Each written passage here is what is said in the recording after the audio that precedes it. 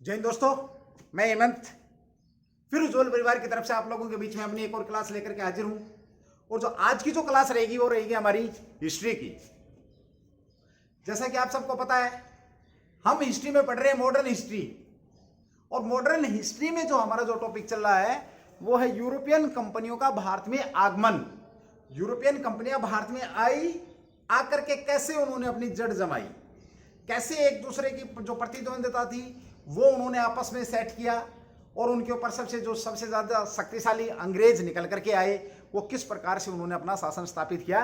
ये सारी की सारी बातें हम पढ़ रहे हैं।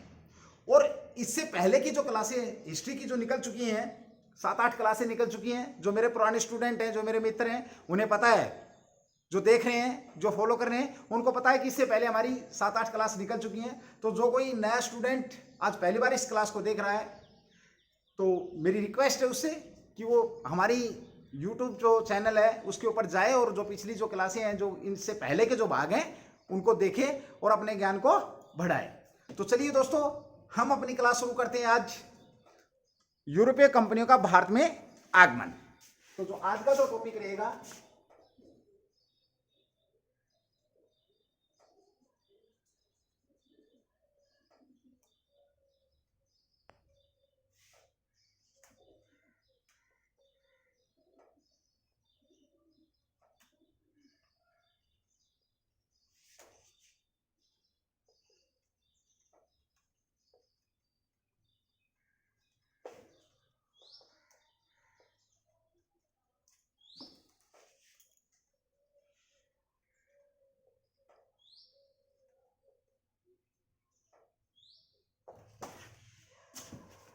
ओके दोस्तों, हम बात करें जो हिस्ट्री का जो टॉपिक चल रहा है, जिसमें जैसा कि मैंने लिखा आप लोगों के सामने, यूरोपीय कंपनियों का भारत में आगमन या भारत आगमन, किस प्रकार से कंपनी आई, उस बात को लेकर के हम डिस्कस कर रहे हैं। हमने जो हमारी पहली क्लास से बात करी थी, पहली क्लास कैसे किस प्रकार से पुर्तगाली भारत में आए, कैसे उन्होंने अपने आप को सेट किया, उसके बाद किस प्रकार से डच आए, किस प्रकार से अंग्रेज आए, तो हम बात कर चुके हैं, जो कंप्लीट बात कर चुके हैं। किन पे कर चुके हैं? पुर्तगालियों पे कर चुके हैं। हम यहां तक भी बात कर चुके हैं कि उन्हें आने की आवश्यकता क्यों पड़ी, यूरोपियन कंपनियों को भारत में आने की आवश्यकता क्यों पड़ी, किस प्रकार की उस समय वर्ल्ड की सिचुएशन हुई थी, किस प्रकार से उनकी जो जरूरतें थी, उन जरूरतों को पूरा करने के लिए उन्होंने भारत की तरफ या एशिया महाद्वीप की तरफ उनको रुख करना पड़ा।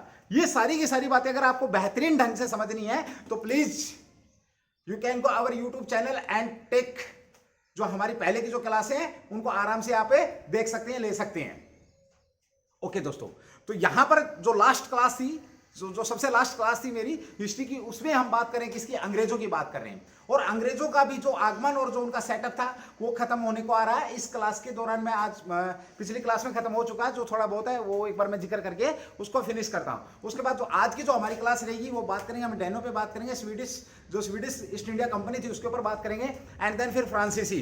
तीन हमारी कंपनियां, तीन ताकतें और विदेशी ताकतें रह गई हैं जो भारतीय अंदर आई और उन्होंने आकर के अपना सेटअप जमाया। चलिए दोस्तों, देखिए सबका अपना अपना तरीका होता है भाई पढ़ाने का। मेरा है, आप लोगों के बीच में है। हाँ, एक चीज है, यदि आपको समझ नहीं आता तो 1 बार 2 बार 3 बार 5 बार 10 बार जितनी बार भी हो सकता समझाऊंगा। आज एक छोटी सी हल्की सी न्यूज देखी मैंने पेपर में। क्लास शुरू करूं उससे पहले मैं आप लोगों को बताना चाहूंगा कि भाई शिक्षण संस्थानों को लेकर के एक न्यूज आई हुई है कि शिक्षण संस्थान में भी शायद होपफुली 1 जून से कुछ बोल रहे हैं, या जब भी उसको लेकर के कुछ हल्की फुल्की न्यूज है। अब देखिए कब तक ओपन होते हैं, जब ओपन होंगे तो हम आमने सामने होंगे। जब तक नहीं है तब तक मैं आप तक पहुंच ही रहा हूं। आप नहीं आ रहे लेकिन मैं आप तक पहुंच रहा हूं। आप में से भी कुछ लोग आ रहे हैं कमेंट्स करके, बड़ा अच्छा लगता है। चलिए दोस्तों, हमने जो पीछे बात करी थी किस प्रकार से बंगाल में जब उन्होंने अपनी ताकत जमाई, तो लास्ट में क्या है, 1-2 मिशनों का जिक्र किया था मैंने। नारिश मिशन, सिंपल से क्वेश्चन आ जाता है कि नारिश मिशन भारत कब आया? 1698 ईस्वी में नारिश की अध्यक्षता में नारिश मिशन भारत आया और औरंगजेब के दरबार में गया। लेकिन वहां पर क्या हुआ भाई, वहां पर उसको व्यापारिक सुविधाएं नहीं मिली। वहां पर वो व्यापारिक सुविधाएं प्राप्त करने में क्या हो गया, असफल हो गया। मैंने यहां तक पढ़ाया था अपनी पिछली क्लास में। इससे भी आगे 2-4 बातें और बता रखी हैं। इस बात को लेकर के ब्रिटिश जो मंत्रिमंडल था उसी समय 1698 में 2 कंपनियां खड़ी हुई थी। English company trading into the east, and जो दूसरी जो कंपनी थी न्यू जर्नल सोसाइटी।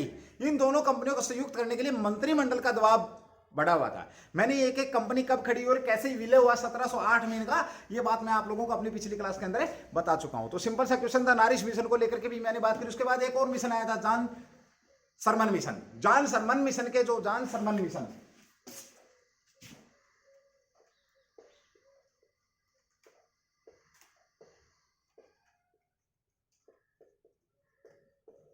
देखिए दोस्तों, जॉन सरमन मिशन को लेकर के मैंने बात करी थी, ज्यादा बात नहीं करूंगा, समय खराब नहीं करूंगा आप लोगों का। जॉन सरमन मिशन ये कब आया था? ये 1715 में आया था। और 1715 में आए थे किसके दरबार में? फर्रुखसियर के दरबार में पहुंचा। वहां इसने क्या अपनी जो व्यापारिक सुविधाएं हासिल करने में इसने बहुत बड़ी कामयाबी हासिल करी। और इस बात को लेकर के ओरम नाम के एक क्या है अंग्रेज जो इतिहासकार हैं, उन्होंने क्या कहा कि ये वो जो इनको शाही फरमान प्राप्त हुआ। यहां पे एक क्वेश्चन बहुत बढ़िया आ जाता है कि शाही फरमान लेने में सफलता कब मिली इनको। तो शाही फरमान दिया गया था फर्रुखसियर ने 1717 में। 1717 में जब फर्रुखसियर से इनको शाही फरमान मिला, और उस फरमान में उसके पीछे रीजन बताया था कि एक दर्द जो कोई उनको क्या बोलते हैं उसको, कोई स्पेशल डिजीज थी जिसकी वजह से वो बहुत ज्यादा परेशान थे, कोई बीमारी थी। और उस बीमारी का इनके साथ एक सर्जन थे, डॉक्टर हैमिल्टन करके, एवीएस हैमिल्टन थे। उन्होंने इनका ट्रीटमेंट कर दिया। जो बादशाह, मुगल बादशाह उस समय कौन थे? फर्रुखसियर।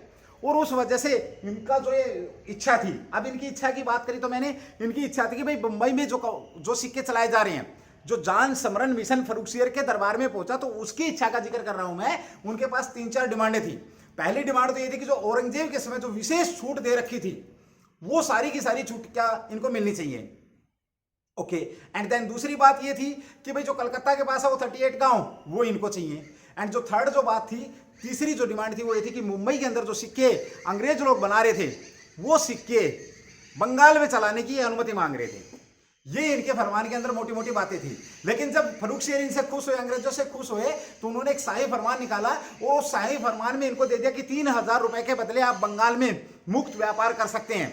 एंड 10,000 रुपए के बदले, वार्षिक का जिक्र है, एंड 10,000 रुपए 10,000 रुपीज के बदले आप सूरत के अंदर सभी करों से मुक्ति लेकर के आप व्यापार कर सकते हैं, वार्षिक।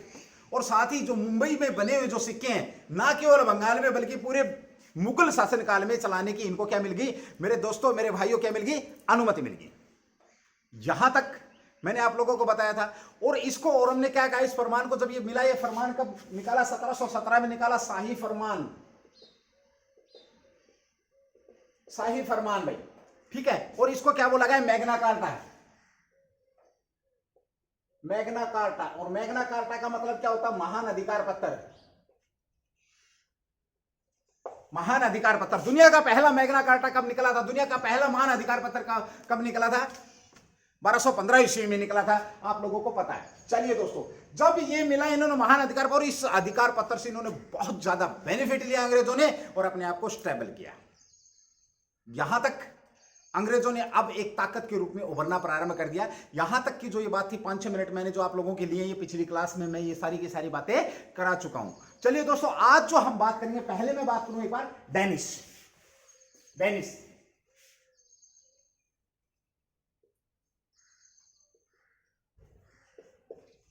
या डैन। सबसे पहले बात करूं, ये डेनिश या डैन लोग थे कौन? कहां के थे? डेनमार्क के भाई। कहां के थे भैया?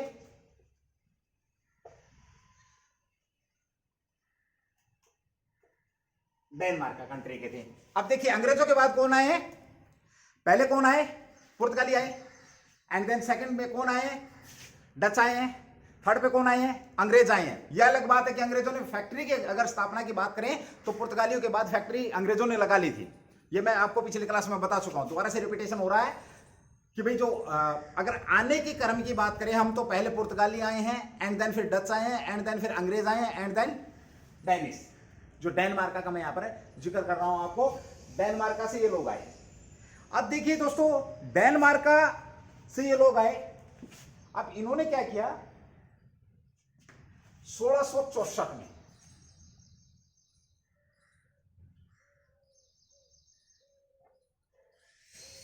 1664 में डेनमार्क के जो लोग थे, 1664 में आकर के इन्होंने क्या किया? सॉरी, जो डेनमार्क के जो लोग थे 1616, सॉरी भाई 1616,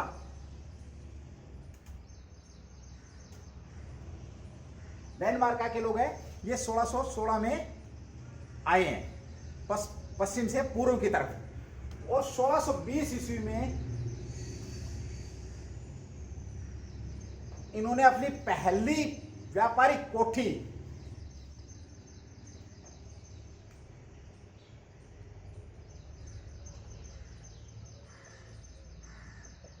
कहां भाई, तंजौर के ट्रावणकोर भाई, ट्रावणकोर में इन्होंने अपनी पहली फैक्ट्री की क्या कर दी, स्थापना कर दी। अब देखिए सबसे पहली बात यह है कि जो डैन लोग हैं ये कब भारत आए, ये 1616 ईस्वी में भारत आए, और तंजौर जिले के ट्रावणकोर में इन्होंने अपनी पहली फैक्ट्री की स्थापना कर दी है भाई। भारत में कब आए, भारत आगमन 1616 में भारत आगमन, 1620 में पहली फैक्ट्री, 1676 में इन्होंने क्या किया, बंगाल के सेरामपुर या सीरमपुर भाई, इनकी दूसरी फैक्ट्री,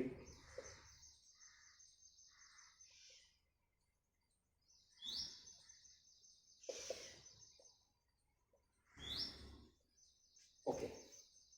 देखिए डैन लोग भारत में सबसे पहले कब आए, 1616 में भारत आए। ज्यादा लंबी चौड़ी बात नहीं, इनके 5 7 8 10 क्वेश्चन जो बनते हैं मेन वो मैं आपको करा देता हूं, फिर एंड आगे बढ़ेंगे भैया। 1616 में भारत में प्रथम बार भारत में आए। 1620 में पहली व्यापारिक कोठी की स्थापना करी ट्रावणकोर में, तंजौर जिले के डिस्ट्रिक्ट, तंजौर के पास है एक जगह, वहां पर इन्होंने ट्रावणकोर में पहली फैक्ट्री, और दूसरी फैक्ट्री की जो स्थापना करी कहां पर करी भाई, सेरामपुर में या सीरमपुर के अंदर इन्होंने दूसरी फैक्ट्री की स्थापना करी, और ये बंगाल में है। उसके बाद इन्होंने क्या किया, देखिए कुछ ज्यादा इनको रास नहीं आया भाई, सॉरी कुछ गर्मी ज्यादा सी लग रही है भाई,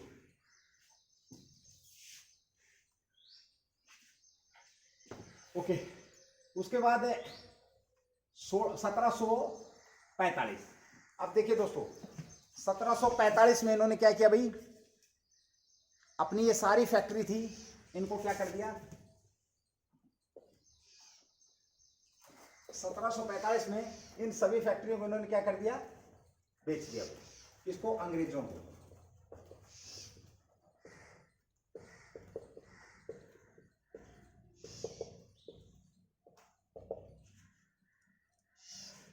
एक बार दोबारा से सुनेंगे, देखिए डेनिश लोग भारत 1616 ईस्वी में आए। 1620 में इन्होंने ट्रावणकोर तंजौर के पास इन्होंने अपनी पहली फैक्ट्री की स्थापना करी। दूसरी जो फैक्ट्री थी इन्होंने लगाई 1676 ईस्वी में दूसरी फैक्ट्री की इन्होंने स्थापना करी। उसके बाद क्या किया इन्होंने, पहली 1620 में, दूसरी 1676 में, आए 1616 में, और 1745 ईस्वी में क्या किया इन्होंने, सभी फैक्ट्रियों को बेच दिया और ये वापस चले गए। इन्होंने ज्यादा सिरदर्दी यहां लेने की कोशिश नहीं करी। ये इनका क्या था, छोटा सा एक इतिहास था भाई, ठीक है। अब ये डेनमार्क का जो डैन लोग आए, डेनिश जो लोग आए थे, ये उनको लेकर के 4-5 क्वेश्चन बन सकते हैं। अब एक बार मैं रिवाइज करा देता हूँ, चलो एक बात और लिख लो, उसके बाद रिवाइज करेंगे हम। 1731 में स्वीडिश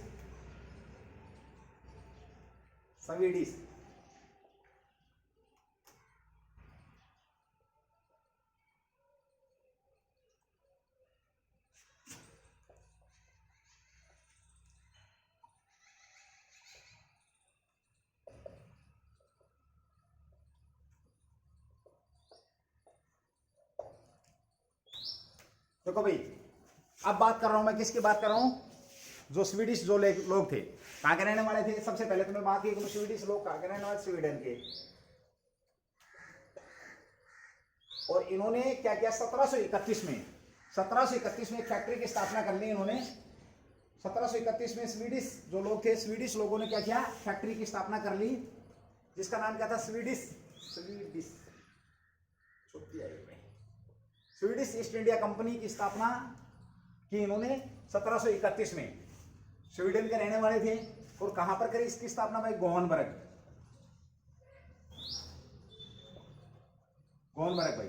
अब मेरा क्वेश्चन ये है आप लोगों के लिए कि गोहनबर्ग कहाँ है। पीछे क्लास में मैं क्वेश्चन करता रहता हूँ, कुछ लोग जो रिप्लाई देते हैं, कुछ है नहीं देते हैं। चलिए मैं आदत से लाचार हूं, मैं आप लोगों के बीच में क्वेश्चन करूंगा ही करूंगा।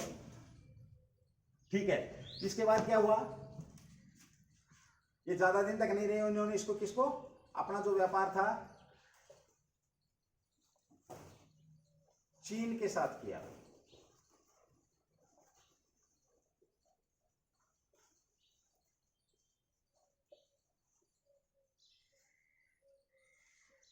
एक बार आप राइट डाउन करें, फिर मैं आप लोगों को बताऊंगा कि कैसे कैसे क्या क्या हुआ अभी।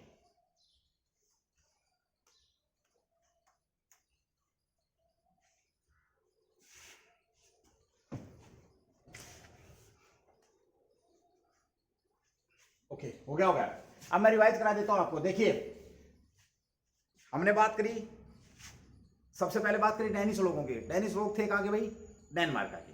पहला क्वेश्चन क्लियर है, पूछा जाएगा आप लोगों से जो डेनिश लोग थे कहां से आए, डेनमार्क से। उनका देश कौन सा था, डेनमार्क का। भारत कब आए, 1616 ईस्वी में। भारत कब आया, 1616 में। उसके बाद पहली फैक्ट्री कब लगाई है, 1620 में लगाई है। कहां पर लगाई है, तंजौर के पास त्रावणकोर में भाई। Is that clear. एंड जो तीसरी जो बात थी वो ये थी कि दूसरी फैक्ट्री कहां पर लगाई उन्होंने, दूसरी फैक्ट्री 1676 में लगाई है। 1676 बंगाल के श्रीरामपुर या सीरमपुर के अंदर उन्होंने दूसरी फैक्ट्री लगाई है। और उसके बाद 1745 ईस्वी में क्या किया इन्होंने, इन सभी फैक्ट्रियों को बेच दिया किसको, अंग्रेजों को। ये वापस अपना बोरिया बिस्तर बांधा और अपने देश से निकल गए भाई। डेनिश लोगों का जो थी, जो मेन जो चीजें थी मैंने आपको बता दी। उसके बाद मैंने बात करी किसकी, स्वीडिश लोगों की। जो पांचवें जो आई थी कंपनी भारत के अंदर, कौन आई थी, टोटल भारत के अंदर 6 कंपनी आई थी। पांचवी कंपनी का जिसका जिक्र किया मैंने वो स्वीडिश का जिक्र किया। स्वीडिश कहाँ के रहने वाले थे ये लोग, स्वीडन के रहने वाले थे ये लोग, स्वीडन के रहने वाले थे। और इन्होंने गोहनबर्ग में एक कंपनी की स्थापना करी जिसका नाम क्या था, स्वीडिश ईस्ट इंडिया कंपनी। कब करी भाई, 1731 में इन्होंने इसकी स्थापना करी। परंतु जो इन्होंने व्यापार जो किया वो किसके साथ किया, चाइना के साथ।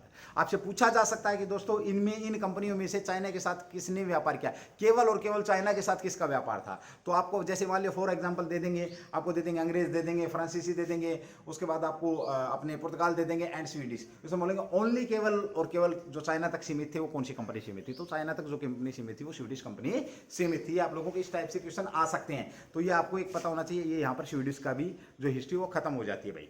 चलिए दोस्तों, अब तक हम अपना कौन कौन सा कर चुके हैं, पुर्तगाल कर चुके हैं, डच कर चुके हैं, उसके बाद अंग्रेज कंप्लीट हो चुके हैं आप लोगों के बीच में। एंड देन उसके बाद मैंने थोड़ी सी डेनो का जिक्र किया। डेनो का इतना ही इतिहास था और स्वीडिश का तो कोई इतिहास है ही नहीं। एक क्वेश्चन बनता है वो आप लोगों के बीच में कि व्यापार किसके साथ किया और कंपनी की स्थापना कब की और कहाँ पर की। ठीक है भाई, ज़्यादा ही पढ़ो तो क्वेश्चन आप लोगों के लिए कि जब इस कंपनी के गवर्नर कौन थे, ये क्वेश्चन मैं आप लोगों के लिए छोड़ रहा हूँ कि स्वीडिश ईस्ट इंडिया कंपनी के गवर्नर कौन थे। यहाँ तक हो गया भाई, बस क्लियर। अब जो हम आगे पढ़ेंगे वो किसके बारे में पढ़ेंगे, फ्रांसीसियों के बारे में पढ़ेंगे। किसके बारे में पढ़ेंगे, एक बार आप इसका स्क्रीनशॉट ले लें या जो भी राइट डाउन करना आप लोगों ने आप कर लें इसको, ताकि फिर मैं आगे बात करूंगी अपनी।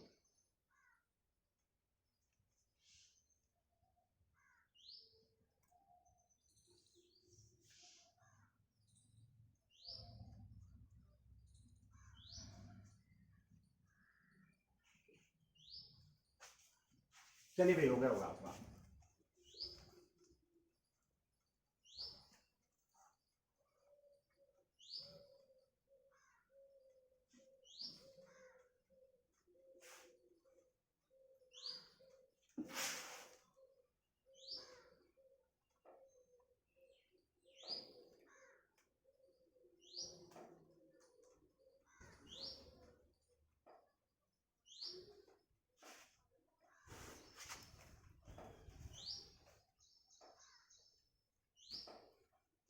देखिए भाई, हम पढ़ रहे हैं अपने तरीके से पढ़ रहे हैं, कॉन्सेप्ट आपका क्लियर होना चाहिए।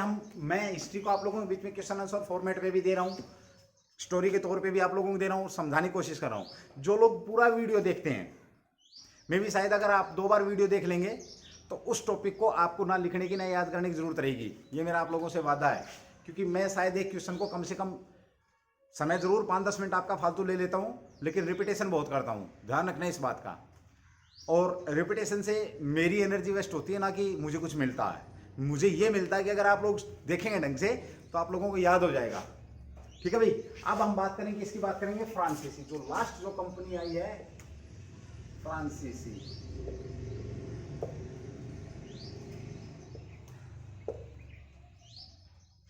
ऐसे कर दो, फ्रांसीसियों के बारे में पढ़ेंगे भैया। अब देखिए सबसे पहले बात करें फ्रांसीसियों की, तो लुई जो उस समय फ्रांस के जो सम्राट थे, फ्रांस के सम्राट कौन थे भाई? फ्रांस के सम्राट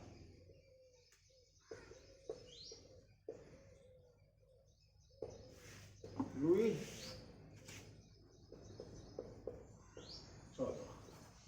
आपसे पूछा जा सकता है जब भारत के अंदर, आपसे यह पूछा जा सकता है जब भारत में कंपनी की जो कोशिश करी गई वो किसके कार्यकाल में की गई? तो लुई 14वें के कार्यकाल में, लुई 14वें के कार्यकाल में भारत के साथ व्यापार करने की कोशिश की गई है और पहली कंपनी की स्थापना की गई है इन्हीं के कार्यकाल में, ऐसे भी पूछा जा सकता है। चलिए, इनके एक मंत्री होते थे भाई कोलबर्ट। कोलबर्ट नाम के इनके मंत्री हैं। इन मंत्रियों के इस मंत्री के प्रयास से देखिए 1664 ईस्वी में, मैं बात करूं आपसे 1664 ईस्वी में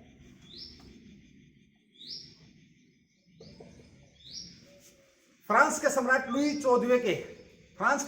14वें के कार्यकाल में, देखिए बिल्कुल जीरो से उठा रहे हैं भाई। लोग पढ़ लेते हैं, अंग्रेजों को पढ़ लेते हैं, मुझे पता है ज्यादा फोकस लोग अंग्रेजों पे करते हैं, ना डचों पे करते हैं, ना पुर्तगालियों पे करते हैं, ना फ्रांसीसियों पे करते हैं। और भाई ऐसा है, जिनको लोग ज्यादा पढ़ते हैं, एसएससी जो भी टेस्ट पेपर सेट रहे हैं, वो समझ चुके हैं कि बच्चे क्या पढ़ रहे हैं क्या नहीं पढ़ रहे हैं। तो बड़े ध्यान से पढ़ेंगे हम इसको, बड़े अच्छे से पढ़ेंगे, और हर एक चीज को, जो इनका कंपटीशन भी हुआ अंग्रेजों से, किस प्रकार से इनकी प्रतिद्वंदता हुई है वो भी पढ़ेंगे, डचों से कैसे हुई है और किस प्रकार से दूसरी कंपनियों के बीच में रहते हुए उन्होंने अपने आप को स्थापित किया है। पूरी की पूरी बातें हम यहां पर करेंगे। तो चलिए सबसे पहले बात करूं, लुई जो सम्राट थे लुई 14वें, उनके एक मंत्री थे कोलबर्ट। उनके नेतृत्व में 1664 में पहली कंपनी की स्थापना की गई। पहली कंपनी की स्थापना कब की गई है? कोई क्वेश्चन करे कब की गई? 1664 में की गई। किसकी वजह से की गई? कौन से मंत्री थे? कोलबर्ट थे। और किसके काल में थे? लुई 14वें के काल में थे। यहां तक क्लियर हो गया? ओके। अब बात करें इस जो इन्होंने इस कंपनी की जो स्थापना करी थी उसका नाम क्या था? तो उसका नाम था फ्रांसीसी, इस जो कंपनी का नाम था फ्रांसीसी एंड दी ओरिएंटल कंपनी। क्या लिखेंगे उसको? फ्रांसीसी and the oriental company.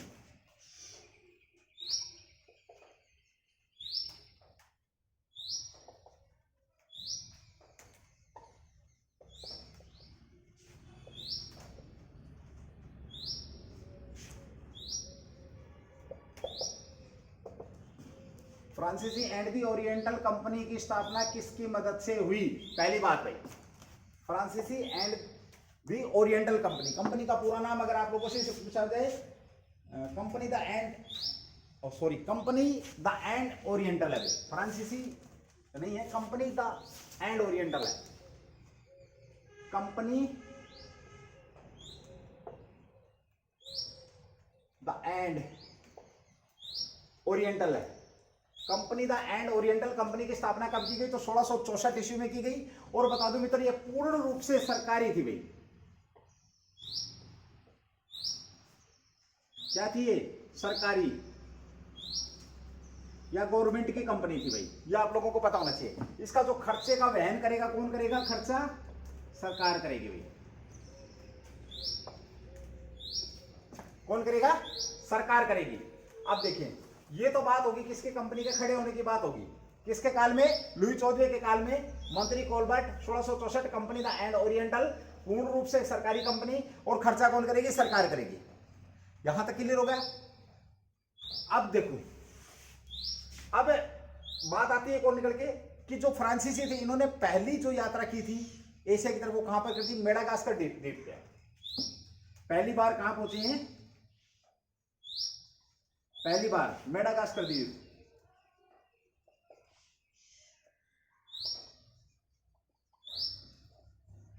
Madagascar द्वीप पर पहुंच चुके हैं ये भाई, ध्यान रखना। पहली बार कहां पहुंचे हैं? मेडागास्कर द्वीप। और मेडागास्कर द्वीप में ये असफल रहे क्योंकि वहां पर ये अपनी कंपनी की स्थापना नहीं कर सके भाई। मेडागास्कर जो द्वीप है, द्वीप में पहुंचे ये, और वहां पर ये अपनी कंपनी की स्थापित नहीं कर सके। मतलब कहने का ये है कि 1664 में जब कंपनी की स्थापना की तो ये मेडागास्कर द्वीप पे पहली बार पहुंचे। यहां पर ये उपनिवेश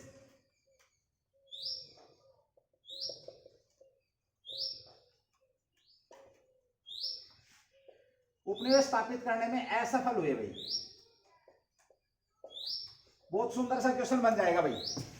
देखिए कैसे बनेगा क्वेश्चन, कैसे बनेगा, बहुत सुंदर से क्वेश्चन। पहली बार फ्रांसीसी कहां पर असफल हुए? तो मेडागास्कर द्वीप में आए। मेडागास्कर द्वीप में ये उपनिवेश स्थापित करने में क्या हो गए? फेल हो गए। आपसे ये भी पूछा जा सकता है। देखिए मैं एक बार रिपीट करा दूं, आप लोगों को समझ में आ जाएगा, क्लियर हो जाएगा। लुई 14वें का काल, कोबल्ट मंत्री, बड़े ध्यान सुना भाई, कोबल्ट मंत्री, उनके प्रयत्नों से कंपनी खड़ी कर दी, कंपनी द एंड ओरिएंटल। फ्रांसीसी कंपनी को थी, company the end oriental company की क्या कर दी? स्थापना कर दी। उसके बाद ये पहली बार कहां पहुंचे? मेडागास्कर द्वीप पहुंचे। वहां पर पहुंचे जरूर, लेकिन क्या हुआ वहां पर भी ये सक्सेस नहीं हुए, असफल हुए। अब आपसे पूछा यह भी जा सकता है कि पहली बार कहां पहुंचे, पहली बार असफलता कहां मिली, क्या वहां पर उपनिवेश स्थापित किया? नहीं कर पाए। ठीक है। उसके बाद 1667 में एक और दल इन्होंने भेजा है। 1667 में एक दल और भेजा है, और उस दल के जो नायक थे वो फ्रैंको कैरो। चलिए 1667 में, ये बात कब की थी? 64 की थी। 1667 में दूसरा फ्रांसीसी दल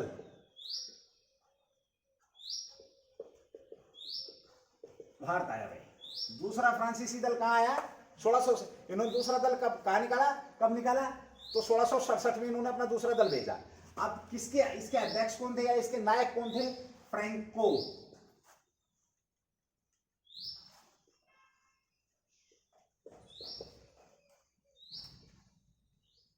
फ्रैंको कैरो। आपसे ये पूछा जाएगा दूसरा दल कब आया, फ्रांस का दूसरा दल कब आया? तो फ्रांस का दूसरा दल मेरे मित्रों 1667 में आया, फ्रैंको कैरो। और इनके साथ एक और व्यक्ति थे जो कि इस पहान के मरकारा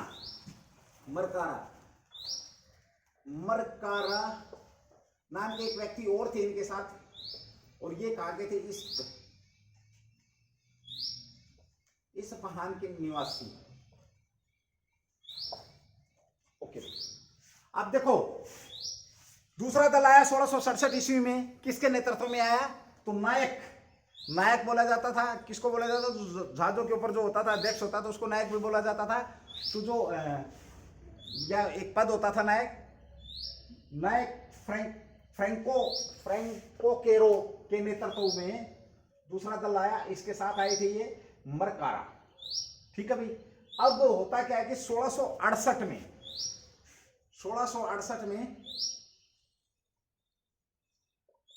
मोस्ट इंपोर्टेंट क्वेश्चन निकल करके आ रहा है, भारत में पहली व्यापारिक कोठी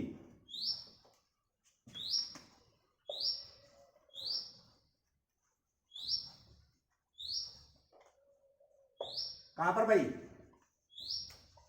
सूरत। भारत में पहली व्यापारिक कोठी स्थापित करने में कामयाब हो गया। कौन? Franco Caro. आपसे पूछा जाएगा फ्रांसीसियों ने पहली व्यापारिक कोठी की स्थापना कब करी? तो 1668 में। कहां पर करी? सूरत में। और किसके नेतृत्व में? फ्रैंको कैरो के नेतृत्व में इन्होंने अपनी व्यापारिक बस्ती की स्थापना कर दी है। यहां तक क्लियर होगा भाई। उसके बाद बात करें 1669,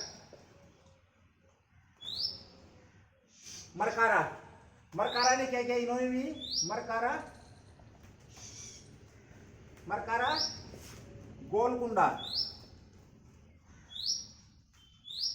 गोलकुंडा के सुल्तान से परमिशन लेकर के इन्होंने मछलीपट्टनम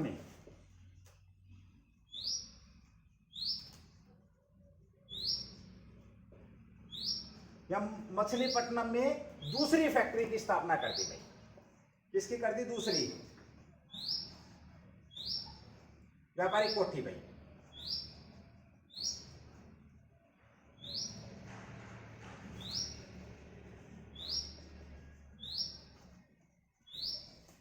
ओके, अब देखिए आप लोगों के अभी समझ में आएगा, जब रिवाइज करूंगा तो और अच्छे से समझ में आएगा।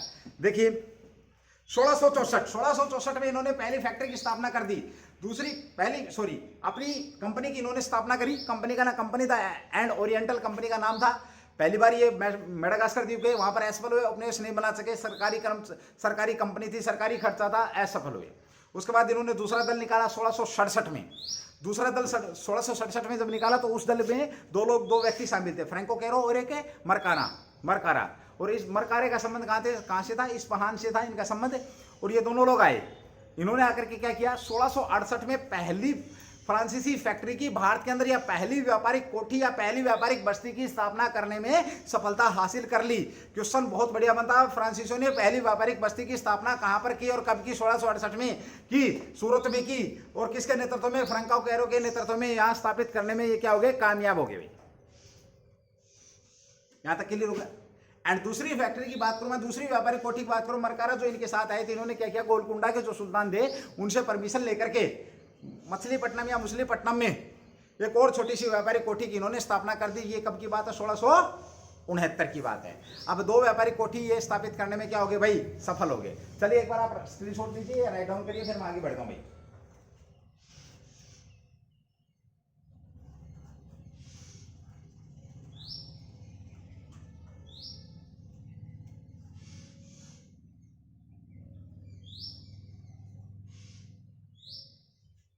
ओके, हो गया भाई आप लोगों का।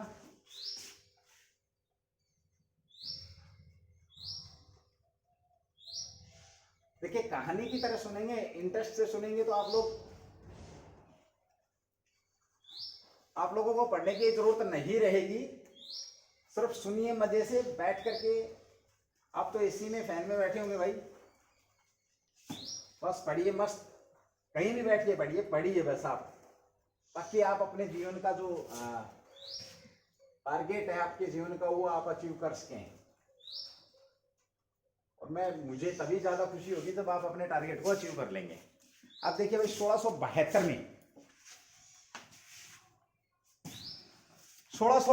में क्या हुआ,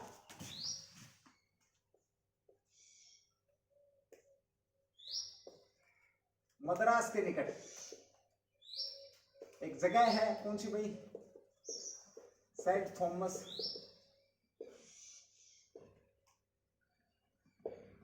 सेंट थॉमस या सेंट थॉमस ये जगह है।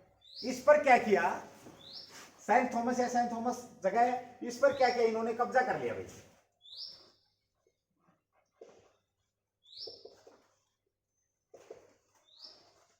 कब्जा कर लिया या इसको जीत लिया। अब जब ये बात गोलकुंडा के सुल्तान को पता लगी, तो गोलकुंडा के सुल्तान ने क्या किया, 1 साल बाद ही, 1 साल बाद ही, या 1673 बोल सकते हैं इसको, 1673 में इन्होंने क्या किया, डच प्लस गोलकुंडा के सुल्तान,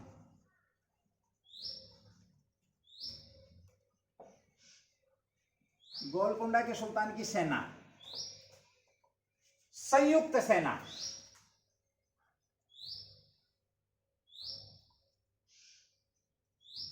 संयुक्त सेना ने फ्रांसीसियों को हरा दिया।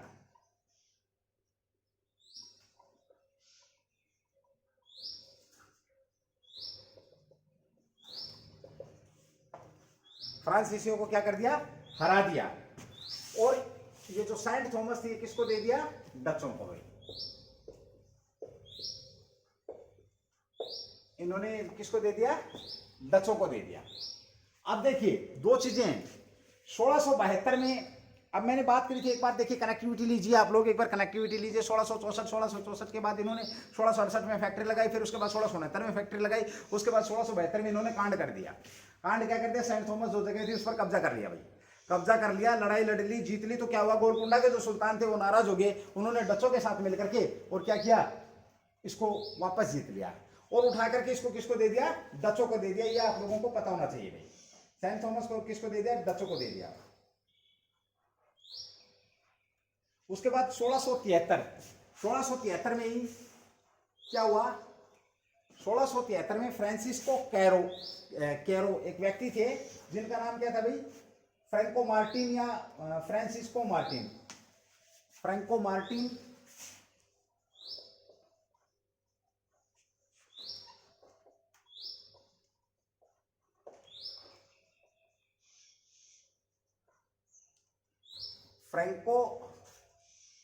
फ्रैंको या फ्रांसिस्को मार्टिन नाम का एक व्यक्ति था जो कि एडमिरल थे। एक कौन थे,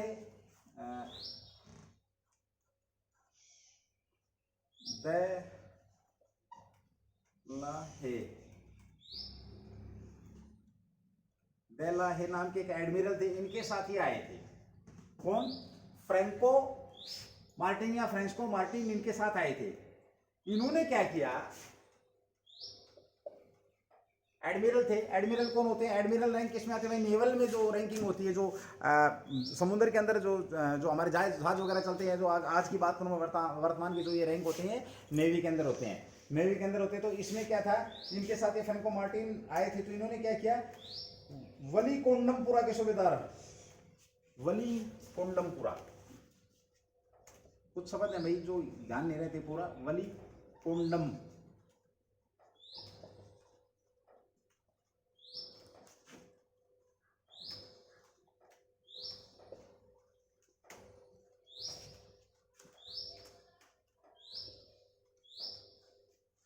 वलीकोंडमपुरा के सूबेदार, उनसे परमिशन लेकर के और एक अपनी व्यापारिक बस्ती की स्थापना कर दी भाई इन्होंने। अब देखिए, व्यापारिक बस्ती की स्थापना कर दी, कहां पर कर दी? वलीकोंडमपुरम के जो एक सूबेदार थे, इनसे थोड़ी सी जगह ले ली इन्होंने, और पांडिचेरी,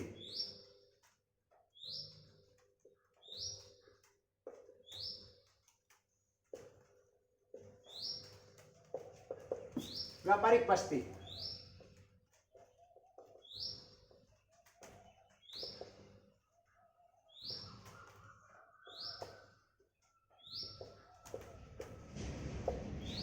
अब देखिए भाई, जो फ्रैंको मार्टिन थे, जो एफ मार्टिन थे, इन्होंने क्या किया, जो सूबेदार थे वलीकोंडमपुरम के, जो सूबेदार थे, इनसे क्या किया इन्होंने, वलीकोंडमपुरम के सूबेदार से क्या लिया इन्होंने, परमिशन ली।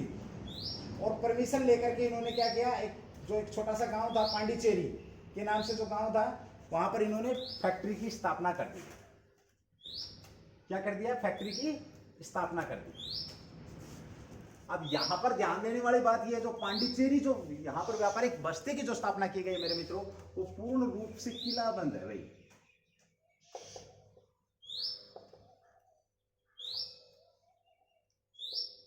किलेबंद बस्ती, इसकी विशेषता है कि पूर्ण रूप से किलेबंद थी।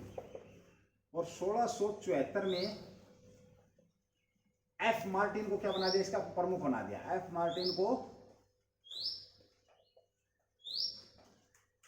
इस बस्ती का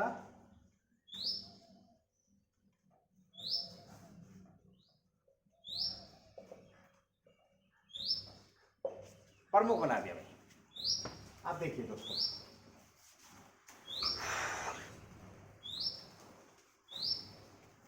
सोलह सौ 1672 में इन्होंने क्या किया, जो मद्रास के निकट एक सेंट थॉमस जगह थी, उस पर इन्होंने कब्जा कर लिया। जब उस पर कब्जा कर लिया तो गोलकोंडा के सरदार और डचों ने मिलकर के क्या किया, इसको हरा दिया, और वो उठा करके वो जगह किसको दे दी, डचों को दे दी। यहां तक क्लियर हो गया। इधर क्या हुआ, एक व्यक्ति और था, और जो ये दिलाहे है, देलाहे, ये पूरा नाम ऐसे ही है भाई इनका, डाउट नहीं करना, एडमिरल थे। इनके साथ दो एक व्यक्ति आया था, मार्टिन आया था, एक और भी था इनके साथ। ये दो तीन जो इस दल में प्रसिद्ध जो व्यक्ति थे मार्टिन, इन्होंने क्या किया, इनके जो ये अपना वलीकोंडमपुरा के जो सूबेदार थे, उनसे एक छोटा सा गांव ले लिया, और उस गांव में क्या कर दिया भाई, व्यापारिक कोठी की स्थापना कर दी। उस गांव में क्या कर दिया, एक व्यापारिक कोठी की स्थापना कर दी। और 1673 की बात है, 1674 में उसको वहां का प्रमुख बना दिया। और मैं बात करूं आप लोगों से 1700 के आसपास की बात करूं, 1705-6 की बात करूं, यहीं पर करता हूं। 1705-6 में जो पांडिचेरी की जो जनसंख्या थी वो 40,000 थी भाई। और यहीं पर अगर कलकत्ता की बात करूं, उस समय कलकत्ता की मात्र 22,000 थी। अब आप एक चीज देख सकते हैं कि जब उस समय कलकत्ता की तो 22,000 जनसंख्या थी और पांडिचेरी की क्या थी, 40,000 थी, तो महत्वपूर्ण जगह कौन सी हुई भाई। और ये मार्टिन साहब थे, इन्होंने यहाँ पर अपनी स्थापित कर दी, और साथ ही क्या कर दिया, किलेबंद कोठी की स्थापना यहाँ पर इन्होंने पूर्ण रूप से फ्रांस के लिए इन्होंने कर दी। है इनकी बहुत बड़ी उपलब्धि थी भाई। परमिशन किससे ली थी, वलीकोंडापुरम के इन्होंने जो सूबेदार साहब थे उन्होंने एक छोटा सा गांव होता था ये, वहाँ की इन्होंने परमिशन दे दी थी। और साथ में 1706 में क्या हुआ, 1700 में क्या 1674 में प्रमुख बना दिया इनको, मार्टिन को इनका प्रमुख बना दिया गया, वहाँ की जो कंपनी थी उसका प्रमुख बना दिया। और मैं दोस्तों आपको एक बात बताऊँ, जो ये जो एफ मार्टिन थे ये गैर पेशेवर सैनिक थे भाई, मतलब इनका पेशा सेना नहीं थी, गैर पेशेवर सैनिक थे। आपसे कहीं ना कहीं अगर आप यूपीएससी लेवल की बात करेंगे या नेट लेवल की बात करेंगे तो कहीं ना कहीं ये क्वेश्चन पूछा जा सकता है, ये प्रॉपर सैनिक थे या गैर पेशेवर सैनिक थे या इनमें से कोई नहीं, इस टाइप से आपसे बात या इससे जुड़ा हुआ कोई क्वेश्चन आपसे पूछा जा सकता है। आपको सिर्फ इतना पता होना चाहिए ये गैर पेशेवर सैनिक थे। आए किसके साथ थे, जो एडमिरल दलाहे इनके इसके ग्रुप में ये आए थे और इन्होंने आकर के एक बहुत बड़ी यहाँ पर है मतलब हासिल करिए। एक बार आप इसका स्क्रीनशॉट ले लें या एक बार आप इसको पूरे को राइट डाउन कर लें ताकि फिर मैं आगे बढ़ूंगा भाई।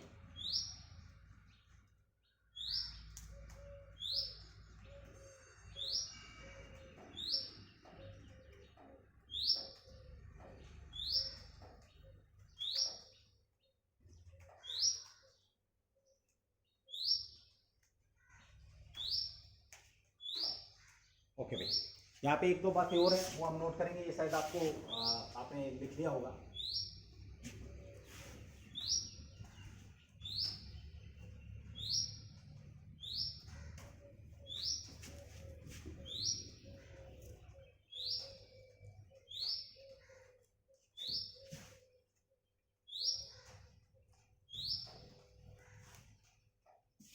सोलह सौ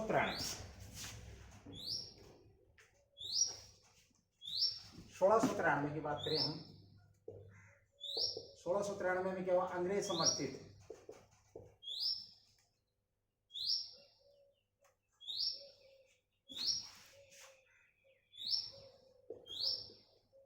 यानी कि अंग्रेजों को समर्थन प्राप्त था, किसको, डचों को। अंग्रेज समर्थित डचों ने फ्रांसीसियों से क्या कर लिया भाई, पांडिचेरी को छीन लिया भाई। आपसे पूछा जाएगा पांडिचेरी की स्थापना कब करी गई, तो ये आपको पता लग गया, मैंने बता दिया आपको 73 में। उसके बाद पांडिचेरी के फ्रांसीसियों के हाथ से निकली कब थी, तो फ्रांसीसियों के हाथ से निकली 1693 में थी। किस वजह से निकली, अंग्रेज प्लस डच दोनों आपस में मिलकर के इन्होंने क्या कर लिया, इनकी सेना ने मिलकर इनसे छीन लिया। लेकिन एक रिजी संधि हुई, एक संधि हुई कब, 1697 में, और उसके तहत, इस संधि के तहत क्या कर दिया, वापस डचों को पांडिचेरी को दे दिया भाई, वापस डचों को पांडिचेरी जो थी वापस दे दी। और ये रिज जो संधि थी इसका नाम था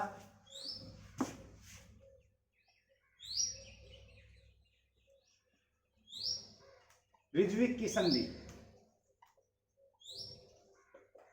और यहां पर मेरा क्वेश्चन है, कल एक स्टूडेंट बोला सर बहुत नॉर्मल क्वेश्चन पूछते हैं, तो नॉर्मल ही क्वेश्चन है ये भी, खैर ज्यादा टफ नहीं है लेकिन थोड़ा सा दिमाग लगाना पड़ेगा। रिजविक की संधि किस किस के मध्य हुई थी, क्यों हुई थी, इसके क्या परिणाम निकले। जो मुझे देख रहे हैं, जो सुन रहे हैं, वो एक बार जरूर मुझे बताएंगे। और हाँ, मुझे याद आया, कमेंट से याद आया, जो पिछली जो हिस्ट्री की क्लास थी वो कम देखी गई, कम पसंद की गई आप लोगों के द्वारा। चलिए कोई बात नहीं भाई, पसंद ना पसंद करना वो आप लोगों की मर्जी है, लेकिन जिन लोगों ने जो कमेंट्स दिए उनके ऊपर बताऊं मैं, ये जितेंद्र, जिनके कमेंट्स आए हैं एक बार मैं पढ़ना चाहूँगा, 1 मिनट आप लोगों को खराब करूँगा, सॉरी उसके लिए मैं ऑफिस जा रहा हूँ मैं। देखिए ये हैं पूजा यदुवंशी, ग्रेट क्लास सर जी। कल मैंने एक रिक्वेस्ट डाली थी आप लोगों से कि प्लीज़ आप अपनी जगह और लिखें, तो थोड़ा मेरे को अच्छा लगेगा, मुझे पता लगेगा कौन स्टूडेंट है, कहाँ से है। चलिए, Pooja Yaduvanshi great class sir ji, thank you भाई। उसके बाद विजेंद्र है, first president was Charles Iyer, बिल्कुल राइट आंसर है भाई। मैंने फर्स्ट प्रेसिडेंट नगर के बता दिया था, लेकिन उनका जो प्रेसिडेंट है वो नहीं बताया था, तो आप लोगों को पता है इस बात का, बहुत बढ़िया भाई, ये चार्ल्स अय्यर है। उसके बाद इन्होंने बोला कि top level content delivered in simple way, क्या बात है यार, क्या बात है, मन खुश कर दिया दोस्त। विजेंद्र फ्रॉम कोडाना, विजेंद्र है, जितेंद्र तंवर है, सॉरी ये जितेंद्र तंवर है जिन्होंने बोला top level content delivered in simple way. Jitendra sir thank you, बहुत बढ़िया। आप लोग मुझे बस ऐसे ही मोटिवेशन देते रहिए, मैं ऐसे ही कराता रहूँगा। और जो क्वेश्चन का जो जवाब दिया था, विजेंद्र है, ये पूजा रानी है, एक्चुअल आकोदास है, आईडी में विजेंद्र दिखाते हैं, ये पूजा रानी आकोदास हैं। बहुत बढ़िया भाई मैडम, थैंक यू, बहुत बहुत धन्यवाद आपका। उसके बाद है ये नाइस, वेरी नाइस पापा जी, हमारी गुड़िया कर रही है, चलो उसने भी क्लास देखी होगी। चलिए भाई, और भी हैं बहुत सारे लोग हैं, लेकिन नेट की थोड़ी सी प्रॉब्लम रहती है भाई यहाँ पर, तो माफ़ी चाहूँगा मैं सबके नाम, जिनके नाम मैंने नहीं लिए हैं वो ज़रूर अपने आप को ये सोचे कि हमने हमारा नाम लिया गया है, और मैं रिप्लाई करने की 100% कोशिश करूँगा, ज़्यादा समय ख़राब नहीं करूँगा आप लोगों का। और यहीं पर मैं आप लोगों मतलब जो मेन बात है वो ये है कि आप लोग मुझे एक बार कमेंट्स करके बताते ज़रूर रहें कि भाई इस टाइप से ये आंसर है या ये क्वेश्चन है या कमी है क्या है। वैसे बहुत जल्दी हम लोग आपस में एक दूसरे के सामने भी आने वाले हैं। चलिए दोस्तों, यहाँ पर मैं बात करूँ आपसे रिज्वी की, यहाँ पर जो क्वेश्चन है वो ये रिज्वी की संधि, रिज विक की संधि किस किस के मध्य हुई, इसका मैटर क्या था, इसके सॉल्यूशन क्या निकले भाई, ठीक है। यहाँ पर मैंने अपनी बात करी है। अब चलिए दोस्तों, मैं आप लोगों से एक बार 2 मिनट में एक बार समराइज करा देता हूँ कि कैसे कैसे क्या क्या आज की क्लास के अंदर क्या क्या रहा, कैसे कैसे रहा।